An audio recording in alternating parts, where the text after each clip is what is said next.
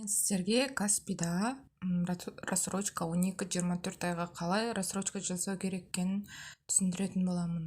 Немесе Каспиретті тоже алсаңыздар болады. Мен аламын да рассрочка 12 айға дегенді басамын. Басқан соң маған магазиндердің аттары шығады. Осы магазиндерден ала аласыздар деген.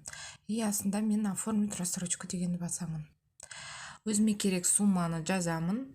Мысалы ретінде 1 миллион дейік, и продолжить дейсіздер, и сіздерге шығарып береді 12 айға осыншама теңге деп. 12 айға бізде 83.334 теңгеден шығып тұр 12 айға. И астындағы оформить заявку на рассрочку дегенді басасыздар.